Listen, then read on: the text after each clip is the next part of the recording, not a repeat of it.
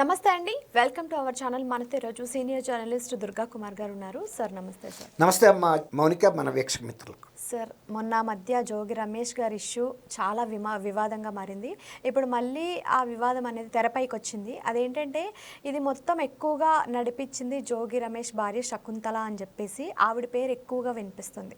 అంటే ఆవిడ మతం మార్చడానికి ట్రై చేయడం కానీ, లేకపోతే బంగారం పెట్టలేదని, మాకు సరిపడా కట్నం ఇవ్వలేదని అస్తమాను టార్చర్ చేసేది అన్నట్టుగా ఇప్పుడు ఈవిడ పేరు ఎక్కువగా మనం వింటున్నాము. అసలు ఏం జరిగింది సార్? మనకి సామెత ఉంది, చెరపకురా చెడుదు. అలాగే జోగి రమేష్ ఎప్పుడు వివాదాస్పదమైన వ్యక్తి. ఆయన జగన్మోహన్ రెడ్డి గారి కళ్ళల్లో ఆనందం చూడటం కోసం ఆనాటి ప్రతిపక్ష నాయకుడిగా ఉన్న చంద్రబాబు నాయుడు గారి ఇంటి మీద దాడికి వెళ్ళటమే కాకుండా గౌరవనీయమైనటువంటి రాజకీయ నాయకులు అందరి మీద కూడా చాలా చెడ్డ మాటలు మాట్లాడేవాడు. అతని భాష, అతని వ్యవహార శైలి కూడా చాలా భిన్నంగా ఉండేది. అంటే అది వైఎస్ఆర్సీపీ సంస్కృతికి పనికొస్తుంది, కానీ కృష్ణా జిల్లా నాగరిక సంస్కృతికి అతని భాష పనికిరాదు. అతనే కాదు, అటువంటి వ్యక్తులే గుడివాడ నాని, వీళ్ళందరూ కూడా, పేర్ని నాని, అందరూ కృష్ణా జిల్లా ఒకప్పుడు పేర్ని నాని తండ్రి కృష్ణమూర్తి గారి టైంలో కానీ ఎప్పుడైనా సరే కృష్ణా జిల్లా రాజకీయాలు చాలా హుందాగా ఉండేవి, ఉన్నతమైన విలువలతో ఉండేది, వ్యక్తిత్వం కలిగిన వాళ్ళు ఉండేవాళ్ళు. ఇప్పుడు పిగ్మీలు అంటే చిన్న చిన్న 2 అంగుళాల మనుషులు ఉంటారు, అలాంటి స్థాయికి పడిపోయిన కారణం జోగి రమేష్ కూడా ఒకడు.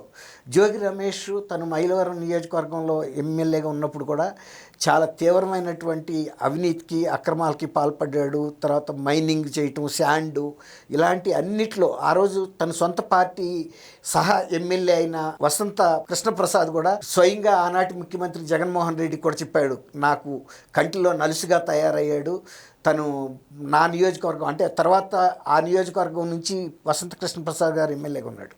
ఆయన కూడా ఫిర్యాదు కూడా చేశాడు, సొంత పార్టీలో ఉండి బహిరంగంగా పత్రికలకు కూడా చెప్పాడు, అతను చేస్తున్న అక్రమాలు నా మీద చెప్తున్నారు, నాకు సంబంధం లేదు, ఇలాంటివన్నీ చేసేది జోగి రమేష్ అని. అలాంటి జోగి రమేష్ తనకు ఒక రోజు కూడా ఇలాంటిది వస్తుందని ఆయన ఊహించలా. ఎప్పుడైనా మనం కూడా అదే పరిస్థితి వచ్చినప్పుడు ఎలా ఉంటుంది అనేది ఇప్పుడు ఆయన చూస్తున్నాడు.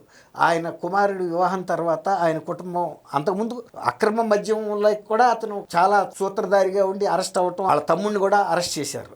అలా వీళ్ళు ఎప్పుడు కూడా వివాదంలో ఉన్నారు. తర్వాత యాగ్రిగోల్డ్ భూములు కూడా కొని వేరే పట్టాలు, వేరే సర్వే నంబర్లు కొని యాగ్రిగోల్డ్ భూములు ఆక్రమించారు.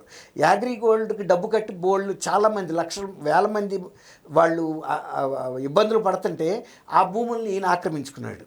అలాంటి అనేకం చేసి సొంత కొడుకు వివాహంలో ఇప్పుడు సూర్యాపేట, అది కృష్ణ ఆంధ్రప్రదేశ్లో కాకుండా తెలంగాణ నల్గొండ జిల్లా సూర్యాపేటకు చెందిన ఒక అమ్మాయిని వివాహం చేసుకున్నారు.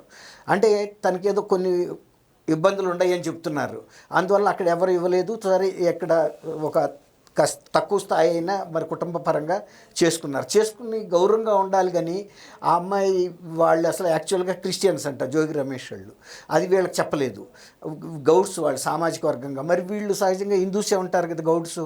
అక్కడికి వెళ్తే ఆ అమ్మాయి వీళ్ళ క్రిస్టియన్ మతం ఫోటోలు అవన్నీ చూసి 3వ అంతస్తులోకి వెళ్ళి అక్కడ పూజ చేసుకుంటుంటే అగరబత్తీలు వెలిగిస్తే ఏంటి శవం కాలిన వాసన వస్తుందని చెప్పి ఆ అమ్మాయి మీద అవాకులు చవాకులు పేలేడంట. చాలా అంటే వేధించారు. ఇప్పుడు మీరు అన్నట్టు గొలుసు పెట్టండి, అవి పెట్టండి, కారు పెట్టండి, అన్నీ వేధించారు. కానీ ఏదో వాళ్ళు పెట్టగలిగినంత పెట్టారు, పెట్టలేదని కాదు. పెట్టిన తర్వాత ఏమైందంటే యాక్చువల్గా అతను కొన్ని ఆరోగ్య సమస్యల మూలన ఆ అమ్మాయి అతనితో సరిగా ఉండలేక నేను విడాకులకని వెళ్ళారు. వెళ్ళిన తర్వాత ముందు ఒప్పుకున్నారు మధ్యవర్తుల సమక్షంలో, ఏదో వాళ్ళు పెట్టిన ఖర్చు ఇవ్వటానికి, ఆ అమ్మాయికి ఏదో మెయింటెనెన్స్కి. తర్వాత వీళ్ళకి ఆహ్వానం వచ్చింది, మనం ఇంత మంత్రిగా ఉన్నాము, ఇంత డబ్బులు సంపాదించాము, వాళ్ళకి మనం లొంగేది ఏంటి, డబ్బులు ఇవ్వాల్సిన అవసరం మనకేంటని డబ్బులు ఇవ్వకుండా ఎదురు తిరిగేటప్పటికి విషయం పోలీస్ స్టేషన్కి వెళ్ళింది. పోలీస్ స్టేషన్కి వెళ్ళి ఆ అమ్మాయి ఉన్నట్టు అన్ని కంప్లైంట్స్ చెప్పేసింది, వాళ్ళు ఎలా వేధించారు ఏంటని. ఇప్పుడు మీరు చెబుతున్నారు ఆ అమ్మాయి వాళ్ళ భార్య శకుంతల ఇంకా కొంత ఈ అమ్మాయిని ఏది ఇచ్చిందని, మతం మారమని కూడా, అంటే క్రిస్టియన్ మతంలోకి మారమని. ఇప్పుడు కొత్తగా వచ్చిన అమ్మాయి అనేక సమస్యలతో భర్తతోనే సతమతం అవుతుంటే మతం ఒక సమస్య అక్కడ.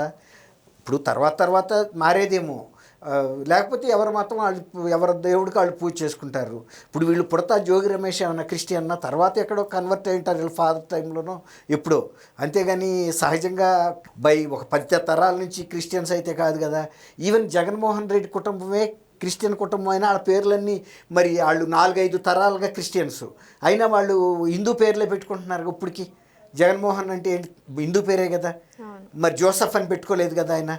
షర్మిల, విజయలక్ష్మి, రాజశేఖర్ రెడ్డి, రాజారెడ్డి, వెంకటరెడ్డి ఆ టైంకే వీళ్ళంతా క్రిస్టియన్స్.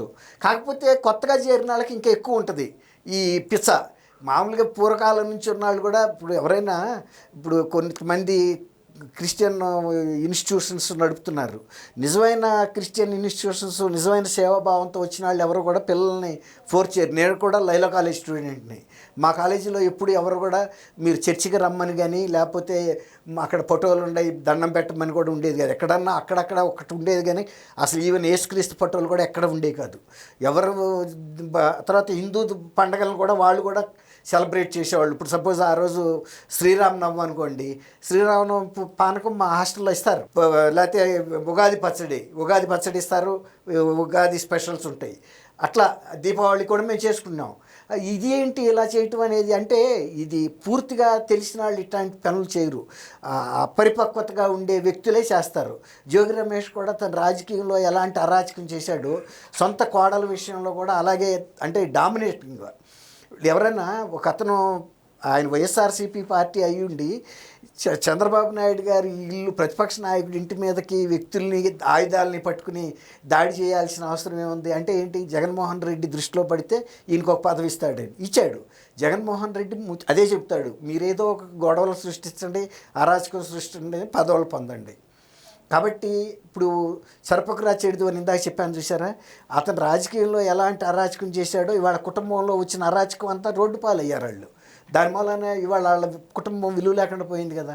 ఇప్పుడు తన సొంత కొడుక్కి అనారోగ్య సమస్యలు ఉన్నాయని తెలిసి కూడా ఎవరైనా పెళ్లి చేస్తారా? చేసినందుకు ఇప్పుడు ఇవాళ అమ్మాయి ఛాలెంజ్ చేసింది కదా అతని ఆరోగ్యం మీద.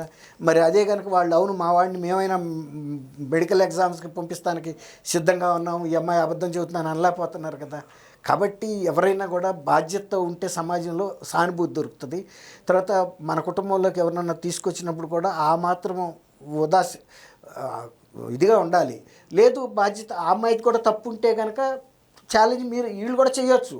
ఇప్పుడు ఆ అమ్మాయి తప్ప మనమేం జడ్జ్ చేయలేం కాదు. కానీ మరి ఇప్పుడు అమ్మాయి మాట్లాడుతుంటే వీళ్ళేమి మాట్లాడలేని పరిస్థితిలో పడ్డారు కదా. అంతవరకు మనం చెప్తున్నాం.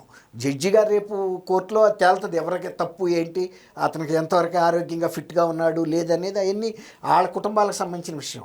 కాకపోతే ఒక ప్రజా జీవితంలో ఉన్న వ్యక్తి ఎంత అరాచకం సృష్టించాడో తను సొంత కుటుంబంలో కూడా సృష్టించుకోవడానికి కారకుడయ్యాడు. నేర్చుకోవాల్సిన గుణపాఠం అది. Thank you sir. Thank you అమ్మ మౌనిక, మన వీక్షమిత్రులు.